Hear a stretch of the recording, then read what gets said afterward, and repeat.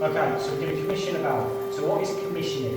Okay, so testing the components of the V8 or the RPZ valve assembly. So the first thing we require is permission from the customer to shut the downstream isolation valve, which is grounded.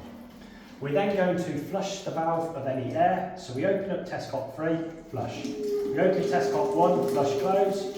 We open test cock 2, flush, close, and then we close test cock 3. So we've successfully flushed the valve of air. What we now need to do is wait 2 minutes, and while we wait 2 minutes, it's just for a leak soundness test. Make sure we purge the air out and we've actually got no leaks.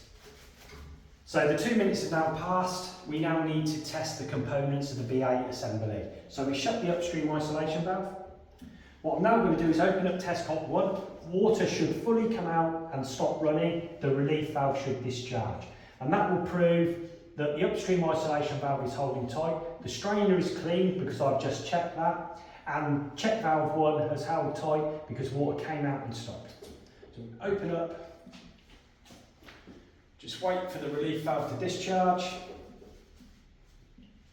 If the relief valve does not discharge, then, oh here it goes, a little bit slow on this one. Once the relief valve is fully stopped discharging, we're then going to check downstream isolation valve. So water stopped coming out, upstream isolation valve's held tight, check valve 1 worked correctly, the relief valve did discharge. Now we just want to make sure that we get a small discharge of water to check that the downstream number 2 isolation valve is holding tight and check valve 2 did hold tight. So I'm just going to watch that now.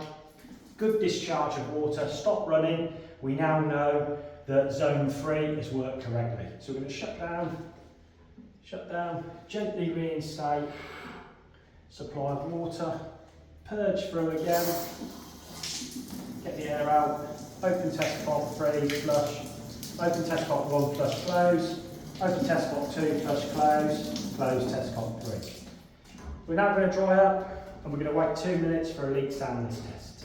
And then we carry out the same process at least 4 times. The reason why we want to do this 4 times is to prove that the relief valve is operating correctly and all the other components of the BA assembly are working correctly.